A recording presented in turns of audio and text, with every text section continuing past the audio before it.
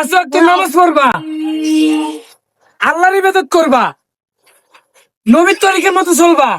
রাগ করলা? নামাজ পড়লে বউ খুশি হয়, মা খুশি হয়, ওলি আউলিয়ারা খুশি হয়। ঠিক না ভাই? ঠিক। ঠিক। রাগ করলা?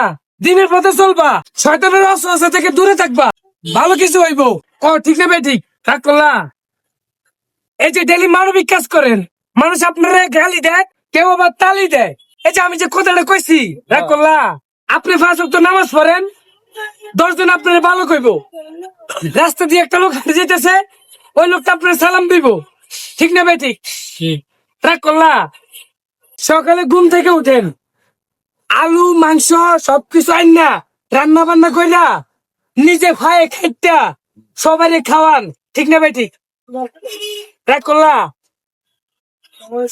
এই যে কালকে 1,20,00,000 টাকার জায়গা মামলার হাজিরা দিতে চাঁদপুর যাইম, হঠাৎ যদি উকিলদের কাছ থেকে শুনি যে মামলার ডেট আরো পিছিয়ে নামাইছে, এটা শুনার পরে রাগ করবা?